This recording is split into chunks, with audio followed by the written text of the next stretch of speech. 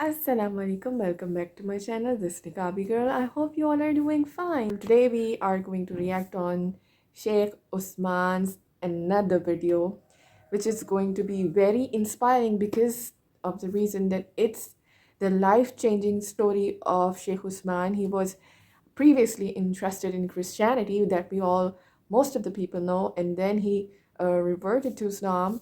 And what was the reason? How he was so interested in Islam? What changed him? What made his beliefs turn upside down? So we are going to watch it without delaying. Let's move on to the video. I want to discuss something very private to me, which is my own life and my experiences. I get this question a lot. How did you get involved in Dawah? And how did you get involved in studying and teaching and things like this? And unlike most people, my story is a little bit different. For a long time, I didn't talk about it. For a long time, I didn't discuss it because it wasn't easy. Right? But alhamdulillah, for the benefit of people, especially discussing the subject at hand, the modern issues we face, and can Islam be that solution to tell us the purpose of life and so on, I decided to discuss my own story and then also reflect on the ayat that we recited here. As the brother read, mashallah, I was born in Pakistan and I left Pakistan when I was a very little kid. I was maybe 6 or 7. I went to the United Kingdom. I lived in the UK for about a year and a half, and then I came to the US, to San Diego, California, which I'm so glad that I came here in this month to visit you guys in this beautiful weather that you have, and left sunny California. I lived in San Diego since I was around 8, 9 years of age, something like that. You have to remember, my parents did not realize that there are good neighborhoods and there are ghettos and there are hoods, right? Their mind was all of America's great. There used to be, Jazakallah khair, a TV show called JR. You know? Everybody had helicopters and buildings and there were oil tycoons, and that's how they thought the US was. So when I first came, my mother sent me to, and my parents were very secular, meaning that they were not traditional. So my parents were divorced. My mother was a very, very strong woman. May Allah preserve her and may Allah give her health and a long life. She's very strong, very like the strongest person, personality-wise, I've ever seen in my life. And she worked 2 jobs and she was working very hard. She had a lot of education. She had degrees, but they were not recognized in the US. So I mean, she did what she had to do as a single mother to raise a child. And so she sent me to school, the first day of school, in a suit. Right? You got to remember, this is in the barrio, this is the hood. This is a very bad neighborhood. And you see this kid going to school in a suit. And I'm like, hello, my name's Usman. How are you? So needless to say, I got beat up the first day. Came home, suit was all ripped, black eye. Mom's like, what happened? I'm like, you sent me to school in a suit. So it was difficult. I mean, my childhood, it was a bad neighborhood. My middle school, and this is 6th, 7th, 8th grade. So you got to think this is pretty young. Got shot up, we had drive-bys. We used to have like a police officer just for our middle school. Not high school, we're talking about middle school. Wilson Middle School, maybe you know where it is, yeah, from San Diego, yeah. When I was about 12 years of age, subhanAllah, I had a friend, and he was Irani, not Muslim, but he was a friend of mine, and he got into a fight with some gang members. There was a gang called East Side San Diego, actually Lomas, 27th Street. I jumped in for my friend, because that's how I was. My father had raised me with this machismo attitude. My friend apparently was not raised with that, so he ran, and I got jumped by 3 guys. So I came home, head was busted, black eye, 12 years, you know. And my mom, she got scared, you know, when she came home. She used to work 2 jobs, so she wasn't home a lot. When she came home and she was crying, and she called my dad. My dad didn't live with us. So my father came, and he pulled me to the room by myself, you know. So he told me, did you run? I said, no. He said, did you cry? I said, no. He said, khalas, you're good. He said, let's get a baseball bat and find them. So that's literally what we did. We got a baseball bat, got in his Camaro, and started looking for them. And we found them. My father jumped out, hit one in the shoulder, shot out his shoulder, hit the other dude in the head, which was great, except then my father went to his own house, and I had to go to school the next day. And gang members don't forget. So I went back to school, and of course the enemy, I mean, they were after me. So there was a rival gang called East Side San Diego, and they were rivals. So they said, hey, you know what? You want to live, might as well join us, otherwise you're dead. So I joined a gang at the age of 12. And subhanAllah, it was rough. I mean, I'm talking about, you know, I'm not that old, but I'm not that young either, right? So this is late 80s, early 90s. So at that time, San Diego was ghetto. I mean, we had hoods, we had the gang violence was really bad. LA and all that, you see in the news. And I started to move up in the gang world. I mean, there is foot soldiers, and there is what we call in the Mexican gang system, they're the carnales, the top levels that deal with the MA, the Mexican mafia. And I was young, but I got involved. And unlike the movies, it's rough. I was at Hoover, and we had a guy come from Los Angeles. And we San Diegans, we don't like LA. LA is big, we're small, so we don't like LA. So when he came from LA as a gang member, we were like, he's not going to survive here. So we jumped him the first day. So we beat him up, and then just let it go. And he was running, and one of my friends, he decided I'm going to chase him down. So we started chasing him. So I was watching him, and we were like, it's done. He got beat up. Khalas, we're done. But when he chased him, he was going. The guy turned around with a screwdriver, just stuck him right in the heart. He got him right in the heart. Now I was watching this, but we didn't know. Like, he were a little bit far. All I saw is him drop. I was like, why'd he drop? So I ran up to him and I picked him up. The other guy ran away, and he was bleeding. And if you haven't seen that in real life, it's not like the movies. It's not like somebody gets shot and then you don't really see blood and they're talking. No. I mean, the person who's stabbed they're frantic. Right? They're not like, tell my mom I love her. Like, that's all that movie stuff. It's not the way it happens. And there's a lot of blood, and he died in my hands, in my arms. And it was rough. It's not a pretty thing. So I started to think about what life is about. And at that time, we were involved in drugs and selling drugs more, not doing drugs so much. Making money and lowriders and girls and things like this. But then when you see death that up close, you start to realize that's not what life is about. So time would go on, and I lost a lot of friends. At that time, we used to have gang wars and drive-bys and shootings and back and forth stabbings, and got hit with golf clubs and crowbars and bats and shot at, and police chases and all that kind of stuff, which sounds fun, but it's really not, because when you're in it, you're always watching your back, and I had to keep a good GPA because I never wanted to make my mom upset. And in my house, if it's not an A, it was an F. So you had to keep a good grade average, getting kicked out of schools for fighting, but still keeping a good GPA. When I was about 17, 18 years of age, we used to meet people like girls at parties and things, and they would give you their number. Sounds I'm like old, a very tough childhood. we didn't have cell phones. We had some cell phones, but there were those old brick-looking cell phones that you can see in Run DMC videos or something. But you'd have pagers. So they would page you, and they'll give you a number. And then you would call from a payphone. Some of you young guys don't know what a payphone is, or what a pager is, but you can Google it. They're little, right? So we get you. So a girl called me. She said, meet me at this place, and she paged me. But another girl called me. So I told one of my friends, who's also from the gang leadership, told him I have these 2 appointments. So he's like, I'll take one, you take one. I said, okay. So I'll take the better looking one, you take the others. So he went, and subhanAllah, it was actually a setup to kill me. Right? There were some things I had done to their gang, so they had planned this out. The girl was a setup, the whole thing was a setup. Basically, I was supposed to go to the payphone and make the call, and when I make the call, they would just come and shoot you. But the qadr of Allah, it's qadr from Allah that I didn't go. It was supposed to be, it was the whole setup, months of planning was for me, but my friend Manuel, he's the one that ended up going. We used to call him hench. So he went, he made the call, 3 guys came, shot him up. 9 times he got hit. Don't know how many bullets were shot, but 9 hit him.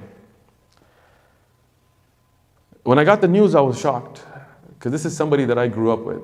Since 8th grade, me and him had been like close. I knew his family. I had, his grandmother, his mother, everybody was close. And I had lost other friends, but this was something very unique, because first off, it was supposed to be for me. So it was just qadr that I'm not the one that was killed, but it was supposed to be for me. So I went to his funeral, and they were Catholics, so, he had big holes. I don't know if you know what a 357 is and what an exit wound looks like. It's not like the movies, where like a little hole. The exit takes a whole chunk out, right? So body was missing big chunks from the bullets. So what they do is they plaster it up. They put plastic and they put makeup to make it so that you can have a casket. And when I looked at that, I started thinking, subhanAllah, this is not my friend. This is just a shell. He's not there. No ruh. And we used to have a lowrider, an Impala, 64 Impala, rims, hydros, all of that. And this was something we really liked. We liked the car. We spent a lot of money and time. But somebody else was driving the car. His brother took the car. And he had a lot of girlfriends and kids from them, and they were crying on somebody else's shoulder. And all the drug money, whatever, was being divided amongst the other cartel guys.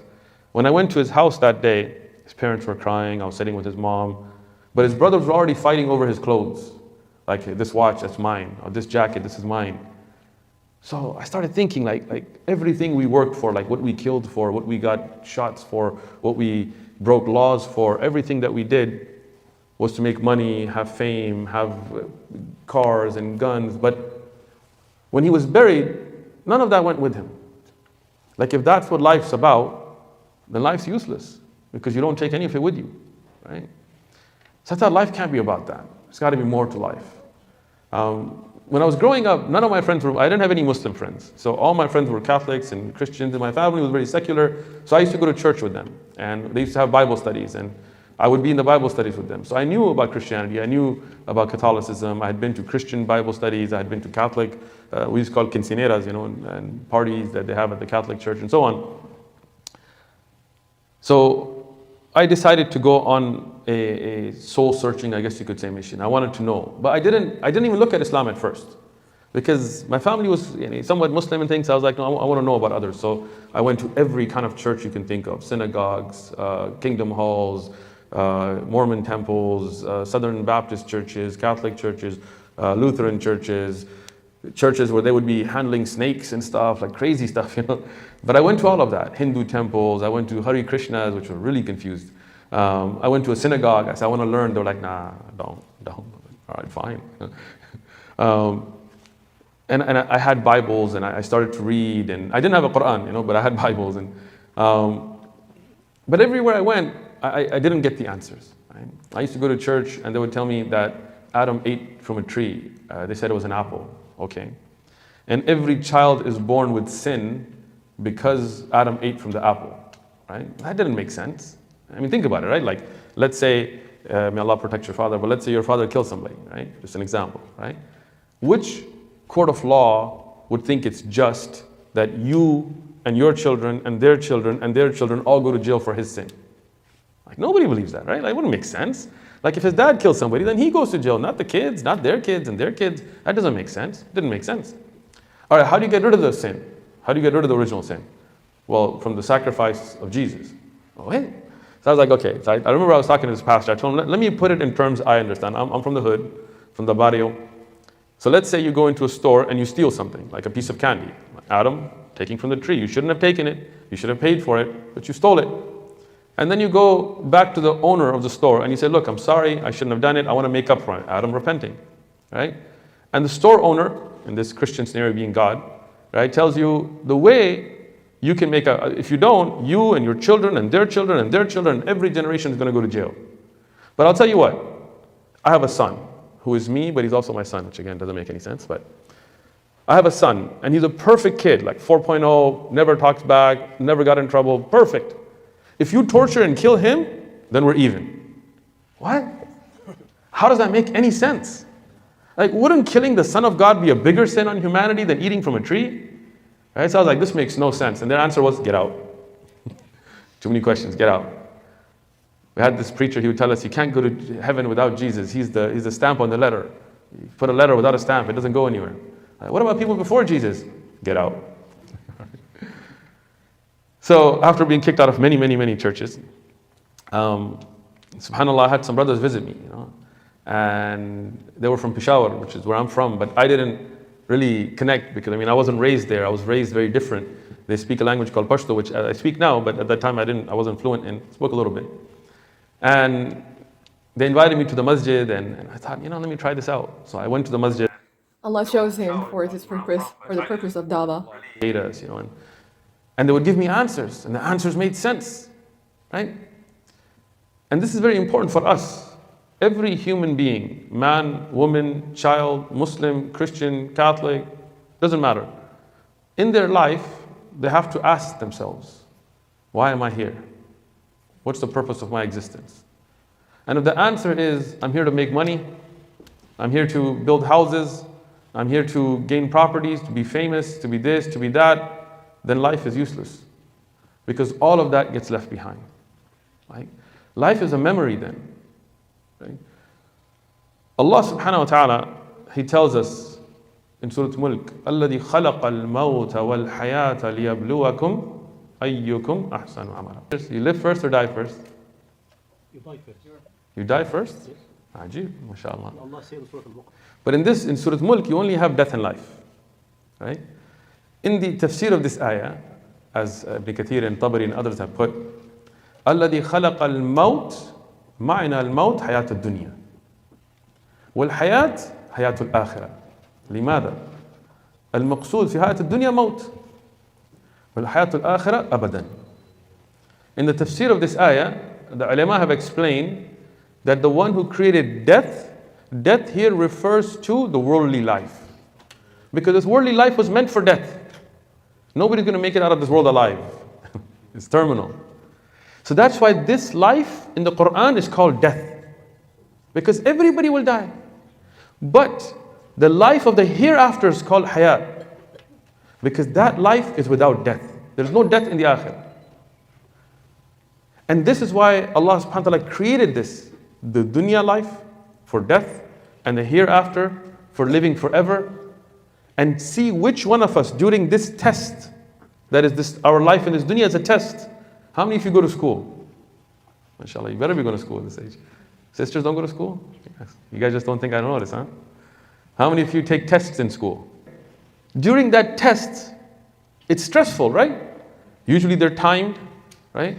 You have to remember everything from a whole semester or a whole quarter, and you're graded, and you're worried about how your grade's going to come out, because if it's not an A, your parents will be disappointed. At least mine would be, and I would be, right? So that stress is because you have to accomplish something.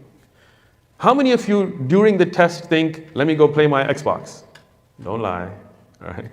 Right? How many of you think, why does the school hate me? Why do they have tests, right? We don't, because we know that that time is to accomplish. This life is that test. If you get distracted in this life, imagine somebody sitting in a test hall and they're sitting on their cell phone and they're playing Fortnite Mobile. Yeah, I got kids.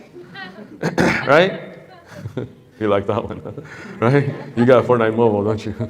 Right? You're sitting there and you're like, hey, bro, the test is almost over. Your time's going to be up. He's like, why are you disturbing my game? I got 40 kills. I'm about to win this one, right? You'd be like, what's wrong with you? Go play later, man. You got to finish your test. The time's up. You can't retake this test. But that's this life. When you get distracted in this life, when death, Malik al-Maut comes, there's no retakes. You can't come back and take the test again. That's something I realized that day at that funeral. There's no retakes, right?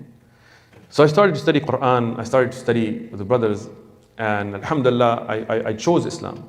I'm not Muslim because I was from a Muslim household. I chose. And every one of you has to choose. Whether you're born in a Muslim household or not does not make you Muslim. Islam, as the Shaykh will explain to you guys, the Iman, it begins fi qulub, in the heart. And it is expressed fi lisan. And its athar, its evidence is on the body, in actions, bi af'al. Right? So I chose to be Muslim, alhamdulillah. But it wasn't so easy because you can't just leave a gang. Right? Gang world is not like a Costco membership where you can just be like, oh, I want to cancel my membership. Right? If you're like a low level, what we call peewees, maybe. But if you're from the carnales, if you're up top, then it's called blood in, blood out. I won't explain what blood in is, but blood out means that they'll kill you. You can't. I mean, this is the gang rules. But the activities gangs would be involved in, a Muslim can't be involved in. So I called my gang friends and I told them, I'm out. I can't do this. And they were like, what? What do you mean you're out? There is no such thing as out. Out is in a casket, right? You know the rules. So now I know, but I'm Muslim now. As a Muslim, I can't be doing this. So they were like, look, you want to be Muslim? Be Muslim. Who cares, right? I'm Christian, I'm Catholic. Like, they were all some denomination of Christians, right? And he was like, look, you know what we do. Saturday night, we beat up people, we rob, we kill, we do whatever. Sunday, we go and confess, and we're good. And that's what we used to do. I used to go with them. I remember I used to go to the Catholic church on Sunday, and I would get in a little box, and there'd be a priest on the other side, a little grill, you couldn't see him, and be like, Father, forgive me for I have sinned. I stabbed the guy last night, and took his money, and beat up his friends, and took their car, and yeah. And he'd be like, all right, well, don't do it again. I'm like, well, Father, you know I'm going to do it again. I mean, that's what we do, right? He's like, well, say these many Hail Marys and donate to the church, and we'll see you next week. I'm like, all right, see you next week. And that's how I had Christian, some of the gang members were Christian, they weren't Catholic, they were like Protestant. And they would be like, what are you worried about? Jesus died for our sins, so do whatever you want, kill, rob, whatever. Jesus paid for it already. I'm like, no, that doesn't make sense, right? So I tell them, I'm Muslim, like I gotta live by it. That's not how Islam is, it's not a spectator sport. If I'm a Muslim, because my father, may Allah have mercy on him, he used to always tell me, he said, if you want to be bad, be really bad, like rob banks, kill people. Not good advice there, I know, but yeah, right? But he said, if you want to be good, be really good. Like learn your religion, practice it, like really. So I thought, okay, I'm going to learn Quran. I didn't know how to read Quran, like I didn't know anything, right? I was raised amongst gang members. But I started to go to any madrasa and I would be sitting at Masjid Noor and Alif, Ba, Ta, I was learning. So the gang, they told me, look, you can't leave. If you want to be Muslim, but when gang wars come, you got to show up. When things have to get done, you have to do what you have to do. I told them, I'm not gonna do it. I can't be a munafiq. I mean, I can't be a hypocrite. So they said, okay, well, you know the rules. Wait for us, we're gonna kill you. So I told them, well, you guys know me, and you know I got guns, so you want to come, but I'm not going alone. I'm taking a lot of you guys with me. They were like, well, that's the rules. You know them, all right. And that was a very stressful time. I remember those days, because I was worried, because, in a drive-by, they could kill my mom, they could kill my neighbors. They don't really aim well, And they knew where I lived. It was my own gangs. I mean, they knew everything. They knew my routine, they knew where I went to school, they knew my car, they knew everything about me. So those nights, I used to sleep in my attic. My house had an attic with a vent that looked outside, and all night I would just be looking out. I would then sleep in the daytime, but at night, because I knew they would hit at Fajr time, because that's what we used to do. Like, 5 a.m., that's the time everybody's tired, sleep, police is tired, that's when you would hit. So I would be awake, just looking, and a day went by, 2 days went by, 3 days, 4, 5, 6, 1 week, 2 weeks, 3, no hit. I'm shocked. What are they waiting for? I used to be part of the enforcers. I used to carry out those. If somebody defected, we used to call them like it's a dropout. So we would do. Then I started thinking, me and these guys went through so many crazy experiences. We got jumped by 30 guys. We got hit with golf clubs and baseball bats, but we stuck together. We got arrested and didn't rat on each other. We got chased by police. We had shootouts with police. All these crazy things that bonded us. And we stuck. I mean, there was loyalty, right? But now, these guys, if they die, they'll go to Jahannam. They'll go to the Nar. They'll go to fire. For abadan. How can I not tell them about Islam? How can I not invite them towards the truth? How can I let that go? So I said, I'm going to go to them. Not a good idea. And the way it was, Euclid Avenue, you know where Euclid Avenue is, right? There's Euclid Avenue. There's a big Somali population, but at that time there weren't. There was no Somalis there. This was all Mexican neighborhood there. Euclid Avenue, there's an alley behind the avenue. And if you go back there, we used to have, this was our drug dealing spot. So we have garages of apartments where we would deal from. And we would have the young guys on the rooftops with the big old brick looking cell phones. So what they would do is they would be lookouts. That was their whole job. All day they would just be looking. And then you have shifts. I set up the routine, so I knew it, right? So if the police was coming, they would send a particular code on your beeper, and then you would know. And we would have guys with guns. If a single cop car was coming, we would shoot at the cop car so they would know not to go in the alley. But if the cops were coming, they would come in full force, SWAT, 3, 4, one side, 6, 7, one side, helicopter. And then you would just send the page, and the people would know, and they would flush all the drugs so that you wouldn't have anything. And if an enemy gang was coming, it was a different code. And if a person buying drugs was coming, there was a different code. So I knew. So I knew when I was walking that they would know that I'm coming. When I was wearing a white thobe and imama, I was hardcore at the time. I was zealous. I had my miswak in my hand. That was my only weapon and all this, right?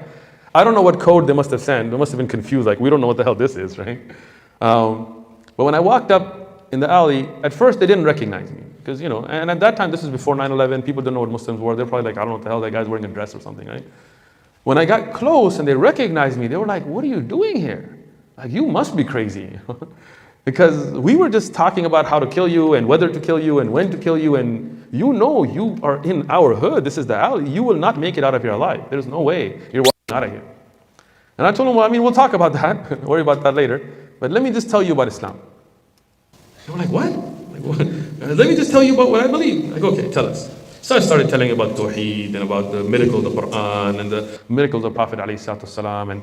And they, again, like I said, the Mexican gangs are actually somewhat religious. I mean, again, like I said, they do all kinds of bad things, but then they do go to church, they go to Bible studies, they're very respectful of the family and all that. So they knew the Bible, so they started telling me. One of them was like, no, I believe in Jesus. And I was like, okay, what do you mean you believe in Jesus? Well, he died for my sins. Like, oh, does that really make sense? Would you somebody else take the fall for you? And he's like, I wouldn't as a gang member, but so like, so how does that make sense, you know? And people always ask me, how did I get started in Dawah? That's how I got started in Dawah. I started giving these guys Dawah on the street. And I knew the Bible because I had been to Bible study, so I brought my Bible. The same one I have, the brown one, which people tried to steal from us at the park. 2, 3 people have tried to take it. I have more Bibles, I don't know what I'm saying, right? But anyway, so I had it highlighted, and that's when I had taken those notes, and I started telling them, look, these are contradictions and things that didn't make sense. And, after a while, hours that day I spent with them, one of the leaders, and again, he was a good friend of mine, I grew up with him. He said, look, tell you what, we're not going to kill you. We're going to let it go. We're going to give you a pass. Just stop talking to us. Just get out of here. I was like, no. So I'll leave on one condition. So what's that? So you guys come to the masjid. And there's a masjid on 50th University where you've been to. I told them, go to the masjid. Thursday nights we used to have a program. And alhamdulillah, many of them came. Many of them became Muslim. About 12 of them. Some of them he actually knows, but he doesn't know that he knows. No, Yusuf is later. Khalid Saifullah, I don't know if you know. Yeah, Khalid Saifullah was one of them. And others. And these guys were my old friends from the gang world. And there was a guy named Andre, another guy named Curtis. Most of them moved out. There was a guy named Abdul Rashid who was Chaldean and Irish. And the first time I met him, I pulled a gun on him. And then later he became Muslim. He used to tell the story. He had full sleeves, tattoos and stuff. And he'd be like, that's the guy that gave me Islam by putting a gun on me first. I was like, well, easy there. So at that time, then alhamdulillah, I decided that's it. There is a purpose to life, right? And I'm going to dedicate my life to that purpose, right? One of the ayat that I recited in the beginning was when Allah subhanahu wa ta'ala says, مَا خَلَقْتُ الْجِنَّ وَالْإِنسَ إِلَّا لِيَعْبُدُونَ. As the Shaykh knows, in Arabic, there is istisna when you take something out. Like, جَاءَ الطُّلَّابِ إِلَّا طَالِبًا. Like the students came except one. But then there is slob al-hasr. And al-hasr where you have ma or la, nafi, first. ما جاء الطلاب إلا أحمدا. Yani here you have an emphasis that there is no other, right? So Allah subhanahu wa ta'ala didn't say خلقت الجن والإنس ليعبدون, that I created jinn and man for my worship, because then you could have other things too. But he says ما خلقت, I did not create jinn والإنس إلا, except ليعبدون, for my worship. What does that tell you? That tells you that the sole purpose of our existence is to worship our Rabb subhanahu wa ta'ala. Everything else is only to serve that purpose. Yes, we work, we make money, we eat, we sleep, but all of that has to be to empower us to worship Allah subhanahu wa ta'ala. And worship is not just salah and siyam and these ibadat. If this is the purpose of our life, that means everything. What is our stance on LGBTQ? It's not our choice. We have to go back to the Quran. We have to go back to the Sunnah. And whatever Allah said, this is our stance. So, what were your emotions when you heard this story? The most intense moment for me was when Shaykh Usman was elaborating the time when he almost got shot, but instead his friend went in his place and he was shot. He was holed on different places 9 times, and then his body was stuffed to make him look somewhat human for his funeral. It gave me goosebumps. I'm so shocked right now that he had such a tough childhood, which was the very reason that he was seeking for the truth, seeking for the right path. Like, this is it. Are we gonna die and leave everything behind that we are fighting for? So this is not it. There's actually going to be something behind it. The reason behind our existence, the reason the universe exists. So he's pretty intellectual if you ask me, because not everyone questioned their existence, the process, how the universe works. And a property that a man is smart is that he questions everything. So question your beliefs if you are having doubts about Islam, or if you are having doubts about your religion, or even if it's about Islam. Question them and do ask them, search for them, search for the right answers. But keep in mind that you must accept the truth when it's revealed to you, because of our ego, most of the people just deny the truth, reject it, stubborn and then do what they are doing for the likes of them, because they can't really leave what they are doing so far. I also have my story, because everyone has a story. Just like Shaykh Usman said, that everyone is born a Muslim, but they are not Muslim.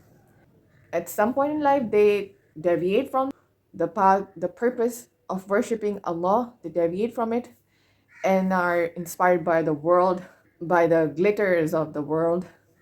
So I was one of them too. And if you would like to hear my story, just comment down below. I would like to share my story with you guys and obviously tell you how I came to this.